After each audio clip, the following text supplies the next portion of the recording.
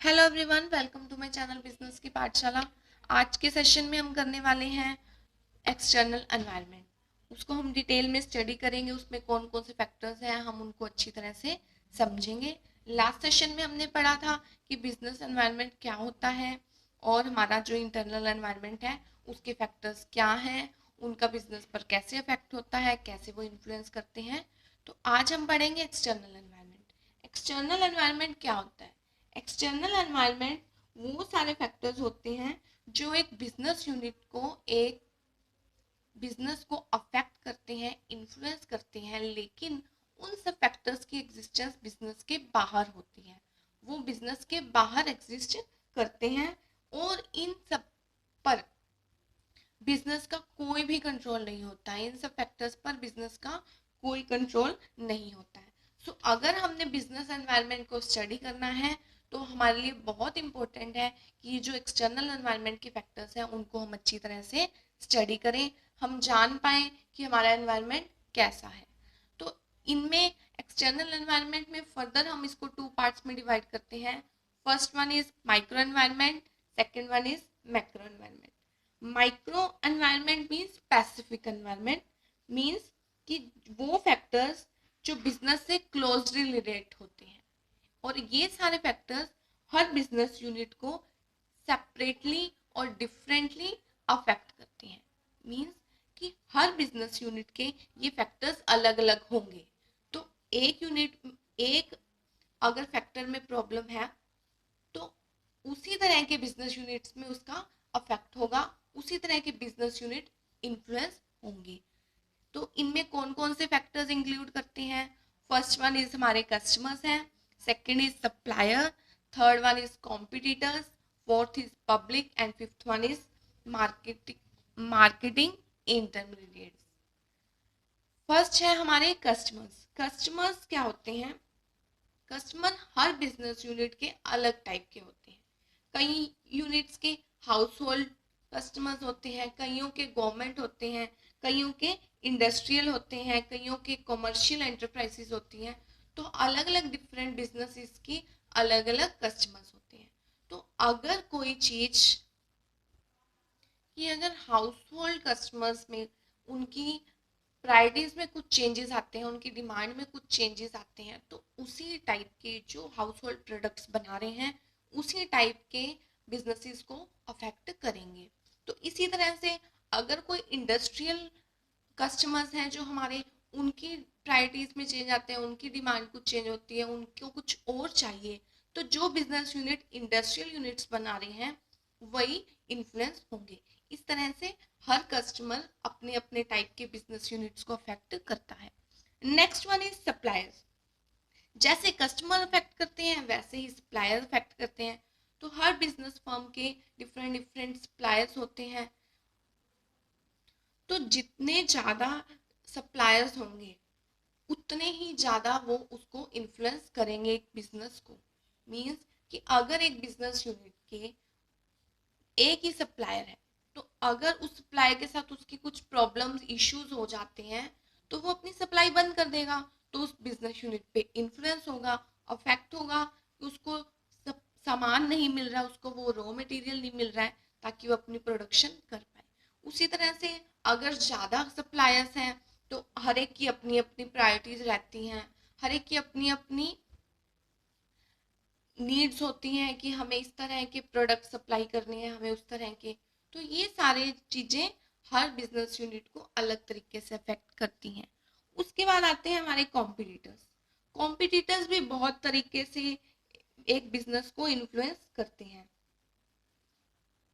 कि like competitors हैं, एक प्रोडक्ट के मार्केट में बहुत ज़्यादा कॉम्पिटिटर्स आ गए हैं तो उस टाइप के प्रोडक्ट की बिजनेस को अफेक्ट करेंगे।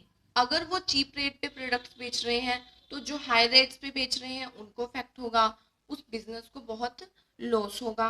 अगर उनकी कुछ मार्केटिंग स्ट्रेटजीज अच्छी हैं, न्यू टेक्निक्स के साथ हैं, तो जिनकी ओल्ड टेक्निक्स हैं उनको इन्फ्लुएंस होगा। तो ये सब चीजें एक बिजनेस यूनिट को अपने अपने तरीके पे, अपने अपने लेवल्स पे अफेक्ट करती हैं। Next one is public. Public कौन कौन सी होती? पब्लिक में क्या क्या इंक्लूड होते हैं कि हमारी लोकल पब्लिक होगी, प्रेस होगी, मीडिया होगी, तो ये सारे इनका एटीट्यूड, इनका बिहेवियर अफेक्ट करता है एक बिजनेस को। मीन्स कि अगर हमने कुछ एक बिजनेस यूनिट लगा रखा है एक लोकल एरिया में, तो वहाँ के जो लोकल पीपल हैं उन्होंने अपोज उसको अपोज किया कि ऐसा यहाँ पे एस्टेब्लिश नहीं होना चाहिए बिजनेस यूनिट, तो वो बहुत सारे इश्यूज क्रिएट कर देगा उस बिजनेसेस के लिए। मींस कि अगर कुछ एरिया के पीपल कहते हैं कि यहाँ पर स्मोकिंग इंडस्ट्री नहीं लगेगी, तो वो उस बिजनेस के लिए लॉस है कि यहाँ पे वो अपना नया जो सेटअप है यूनिट वो नहीं कर सकते, नई एस्टेब्लिशमेंट अपने यूनिट की नहीं कर सकते। तो ऐसे ही ये अलग अलग जो फैक्टर्स हैं हर बिजनेस को अलग अलग तरीके से अफेक्ट करते हैं। Next one is marketing intermediate. ये कौन होते हैं? ये होते हैं एजेंट्स जो कि प्रोड्यूसर्स और कस्टमर्स को पास लेके आते हैं। हमारे यूनिट में जो हमने प्रोड्यूस किए हैं वो कस्टमर्स तक पहुंच पाते हैं। तो अगर हमारे हमारे एजेंट्स के साथ अच्छे रिलेशन है, वो हम उनके साथ अच्छी तरह से कोऑपरेट करके काम करते हैं, हमारी जो पॉलिसीज हैं वो उनके रिगार्डिंग बेनिफिशियल है, उनको सपोर्ट करती है, तो अच्छे रिलेशन की वजह से हमारे ज़्यादा से ज़्यादा एजेंट्स होंगे, हमारे जो प्रोडक्ट्स हैं वो कस्टमर तक पहुंचेंगे। तो ये अपने अपने लेवल पर अफेक्ट करती है हमारे जो बिजनेस का उसको ग्रो करने में, उसको डेवलप करने में। नेक्स्ट आते हैं हमारे मैक्रो एनवायरनमेंट। ये वो फैक्टर्स होते हैं जो बिजनेस को अफेक्ट करते हैं और इसका बिजनेस का इस पे कोई भी कंट्रोल नहीं होता है। लेकिन ये एक पर्टिकुलर फर्म को, पर्टिकुलर टाइप के बिजनेस को अफेक्ट नहीं करते, ये होल बिजनेस यूनिट जो बिजनेस कम्युनिटी है उनको बराबर से अफेक्ट करते हैं। इनमें कौन कौन से फैक्टर्स इंक्लूड हैं? हमारे जो first one is economic, second is social, third one is political, fourth is legal, fifth one is technological. तो एक्चुअल में जो ये माइक्रो एनवायरनमेंट के फैक्टर्स हैं यही मिलकर क्या बनाते हैं हमारा जो बिजनेस का एनवायरनमेंट है। तो इनके फैक्टर्स को हम क्या कहते हैं बिजनेस एनवायरनमेंट की लैंग्वेज में? Dimensions of business environment. तो इसको हम स्टडी करते हैं कि डायमेंशंस क्या क्या हैं। First one is economic environment. Economic environment consist of economic system, economic policies and economic condition. इन सब तीनों कंपोनेंट्स का जो मिक्सचर है वो क्या कहलाता है? हमारा इकोनॉमिक एनवायरनमेंट। और ये सारे फैक्टर्स, ये जो कंपोनेंट्स हैं, ये बिजनेस को बहुत ही ग्रेटर एक्सटेंट तक इन्फ्लुएंस करते हैं। इकोनॉमिक सिस्टम क्या होता है? इकोनॉमिक सिस्टम मीन्स कि हमारे सोसाइटी में कौन सा सिस्टम है, हमने कौन सा सिस्टम अडॉप्ट किया हुआ है। लाइक सोशलिस्टिक इकोनॉमी है, कैपिटलिस्टिक इकोनॉमिक सिस्टम है, या फिर मिक्स्ड इकोनॉमिक सिस्टम है। तो हमारी कंट्री में मिक्स्ड इकोनॉमिक सिस्टम है। मीन्स कि कहीं कहीं पर गवर्नमेंट का पूरा रोल है, गवर्नमेंट कंट्रोल, हमारी जो गवर्नमेंट कंट्रोल सिस्टम है, और कहीं पर प्राइवेट जो एंटरप्राइजेज हैं उनका भी उतना ही इम्पोर्टेंट रोल है। तो हमारी जो इकोनॉमिक सिस्टम है वो मिक्स्ड इकोनॉमिक सिस्टम है। और इकोनॉमिक पॉलिसीज में क्या क्या इंक्लूड है कि जो पॉलिसीज हमारी फुल इकोनॉमी को अफेक्ट करती हैं, वो लाइक कि जो हमारी टैक्स पॉलिसीज हैं, इंपोर्ट एक्सपोर्ट पॉलिसीज हैं, और इंडस्ट्रियल पॉलिसीज हैं। तो ये सब क्या कहते, इनको हम क्या कहते हैं? ये हमारी इकोनॉमिक पॉलिसीज है जिनका सारे बिजनेस कम्युनिटी पे बराबर से ही अफेक्ट होता है। सेम वे में वो हर बिजनेस यूनिट को इन्फ्लुएंस करती हैं। नेक्स्ट हमारा आता है इकोनॉमिक कंडीशंस। इकोनॉमिक कंडीशंस में इंक्लूड होती हैं national income, rate of interest, जो हमारा प्राइस लेवल है, इंडेक्स प्राइस है। तो ये सारी चीजें हमारी इकोनॉमिक कंडीशंस में इंक्लूड होती हैं। तो इन सबको स्टडी करते हैं तभी हम अपना इकोनॉमिक एनवायरनमेंट जान पाते हैं, तभी हम देख पाते हैं कि हमारे इकोनॉमिक एनवायरनमेंट में हमारे बिजनेस के लिए कौन कौन सी अपॉर्चुनिटीज हैं पड़ी, कौन कौन से थ्रेट्स हैं जिनको हमने कंट्रोल करना है, जिनको हमने अपने बिजनेस के लिए बेनिफिशियरी बनाना है, कौन सी ऐसी अपॉर्चुनिटीज हैं जो हमें प्रॉफिट्स दे पाए। तो इन इकोनॉमिक एनवायरनमेंट को स्टडी करने का क्या इम्पैक्ट होगा, अगर हम इसको स्टडी करेंगे तो हमें क्या फायदा होगा, तो इसका क्या बिजनेस पे इम्पैक्ट होगा। मींस कि अगर हम देखते हैं कि हमारी जो बैंक इंटरेस्ट रेट है वो कम हो गई है, तो प्रोडक्ट्स की डिमांड बढ़ जाएगी। ठीक है, तो ये जिस बिजनेस के लिए बेनिफिशियरी है वो इसको देखेंगे कि हम ये अपॉर्चुनिटी ग्रैब किस तरह से कर सकते हैं। कि अगर लोगों की इनकम बढ़ रही है, मींस कि हमारा जो नेशनल इनकम है, जीडीपीज हैं, वो बढ़ रही हैं, तो इससे क्या होगा कि डिमांड इंक्रीज होगी गुड्स की, तो प्रोडक्शन ज़्यादा होगी, ज़्यादा हम उनकी जो सप्लाई कर पाएंगे, डिमांड सेटिस्फाई कर पाएंगे, हमें प्रॉफिट्स ज़्यादा होंगे।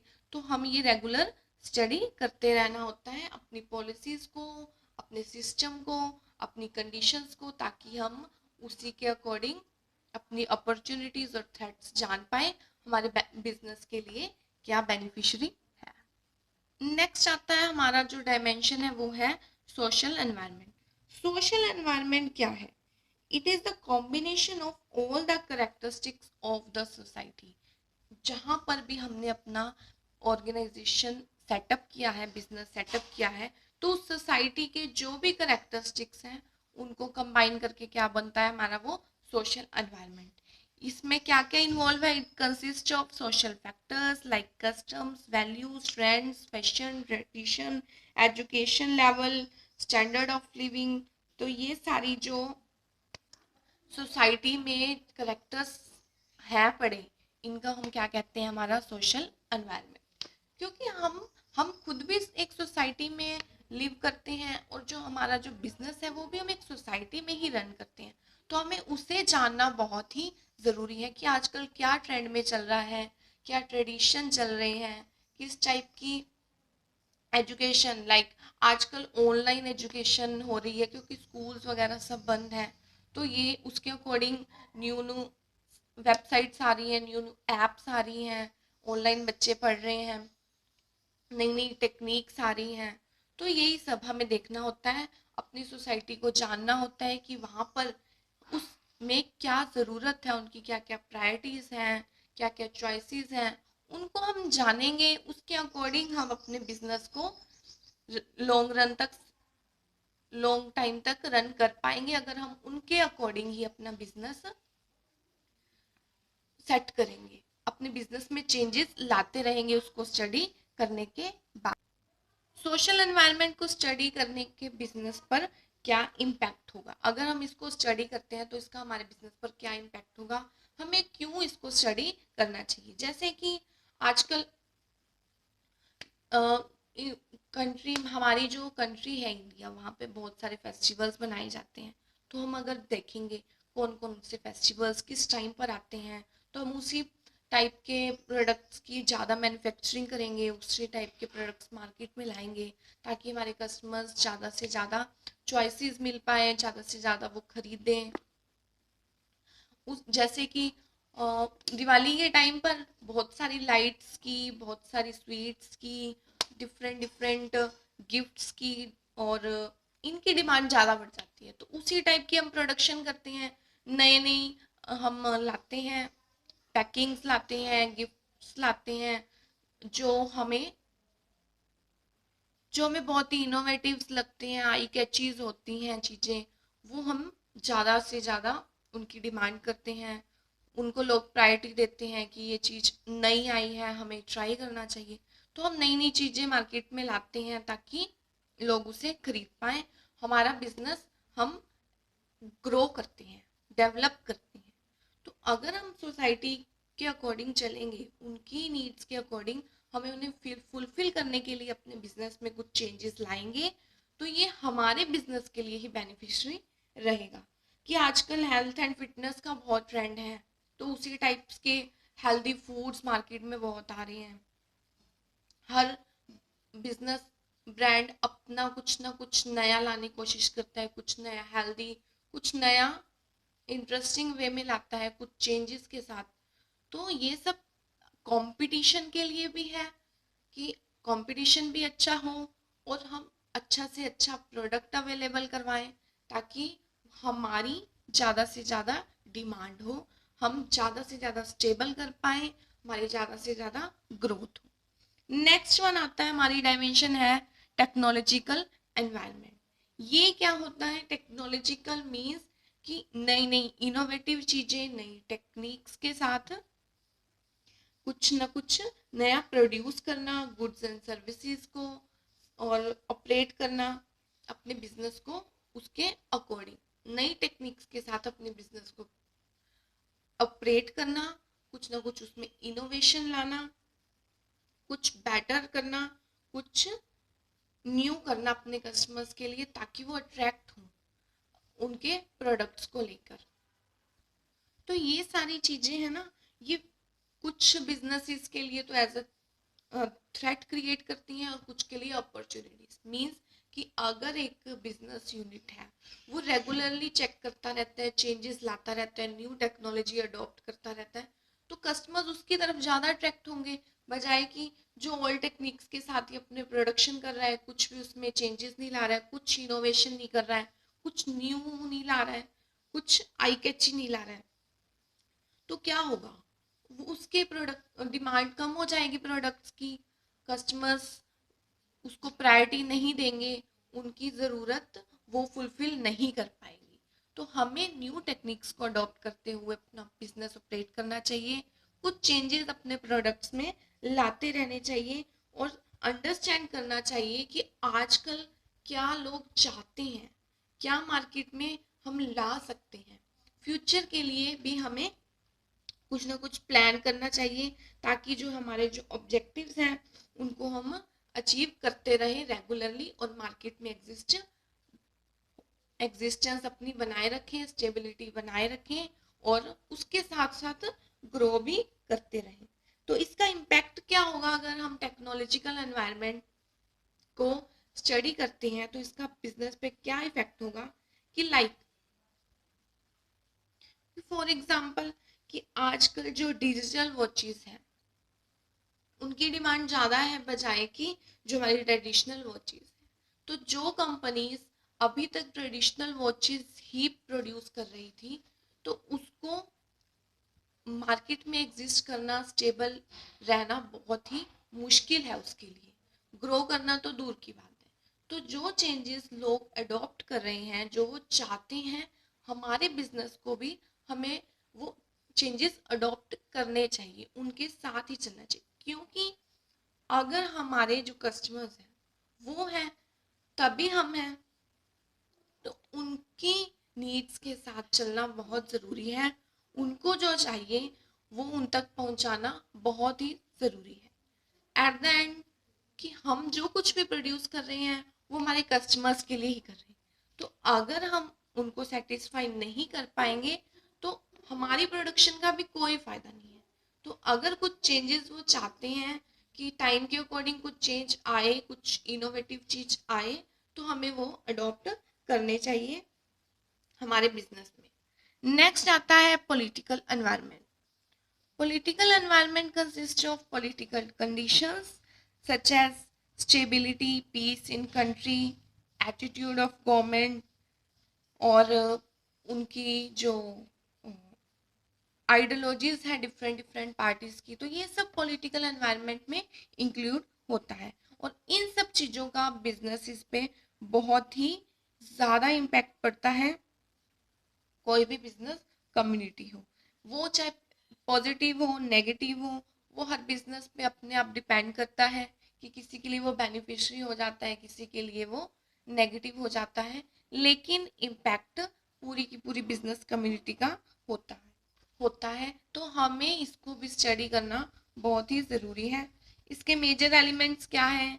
Political stability in the country, peace हो, ठीक है, एटीट्यूड ऑफ गवर्नमेंट क्या है बिजनेस पर, टाइप ऑफ गवर्नमेंट कैसी है, कि वो कैसी कैसी स्कीम्स ला रही है, उसके अकॉर्डिंग हमें चलना चाहिए। उसकी आइडियोलॉजी क्या है, कि आजकल जो हमारे हमने नया मिशन चलाया है, वोकल टू लोकल, मीन्स कि जो हमारी कंट्री के प्रोडक्ट्स हैं हम उनको ज़्यादा प्रायोरिटी दें, हम ज़्यादा से ज़्यादा उन्हें परचेज करें, ताकि हमारी जो इकोनॉमी है वो बेटर हो, स्ट्रोंग हो, हमारा इनकम लेवल बढ़े। क्योंकि हमारी इकोनॉमी जब इंक्रीज होगी तो वो हमारे लिए बेनिफिशियरी होगा, हमारी इनकम लेवल बढ़ेगी तो इन्फ्लेशन कम हो जाएगी। तो इसीलिए गवर्नमेंट की पॉलिसीज के साथ चलना, उनकी आइडियोलॉजी के साथ चलना बहुत ही जरूरी है। नेक्स्ट आता है हमारा legal environment. Legal environment consist of all the acts pass by government, जो भी जजमेंट्स ऑफ कोर्ट्स हैं, डिसीजन है वेरियस कमीशंस के, एजेंसीज के, तो डिफरेंट डिफरेंट लेवल पर, state level, centre level, local level, तो ये सारे जो डिसीजंस हैं, एक्ट्स हैं जो भी पास होते हैं, वो किस में इंक्लूड होते हैं, हमारे लीगल एनवायरनमेंट में। तो ये सब किस लिए इम्पोर्टेंट है, ताकि जो हमारे जो बिजनेस एक्टिविटीज हैं डिफरेंट डिफरेंट, उनको हम अच्छी तरह से रेगुलेट कर पाए, अच्छी तरह से कंट्रोल कर पाए। सच एज कि सेल परचेज से रिगार्डिंग कोई इशू है, कोई कॉन्फ्लिक्ट है, इंडस्ट्रियल डिस्प्यूट्स हैं, तो इनको हम कम से कम कर पाए। इसीलिए जो हम लीगल एनवायरनमेंट है उसको हम अच्छी तरह से स्टडी करते हैं, कि अगर किसी पर्टिकुलर स्टेट की गवर्नमेंट ने कुछ रूल निकाला है, तो दूसरी स्टेट में हम देखते हैं बिजनेस करने के लिए कि हमारी गवर्नमेंट ने तो ये रूल्स बनाए हुए हैं, दूसरी स्टेट ने क्या क्या रूल्स बनाए हुए हैं। तो इन सबको जानने के बाद हम कुछ ना कुछ बिजनेस सेटअप करते हैं, कुछ उसमें चेंजेस लाते हैं, ताकि वो जो हमारे प्रोडक्ट्स हैं वो सबके लिए अवेलेबल करा पाए। तो ये थे हमारी डिफरेंट डिफरेंट डायमेंशंस, जो कि डिफरेंट डिफरेंट फैक्टर्स थे एक्सटर्नल एनवायरनमेंट के। इन सबको स्टडी करने के बाद हम हमारा बिजनेस एनवायरनमेंट है उनको समझ पाते हैं, उसके अकॉर्डिंग हम अपना बिजनेस अच्छी तरह से रन कर पाते हैं। ताकि ये सब है क्यों ज़रूरी, ताकि हमारी स्टेबिलिटी बनी रहे।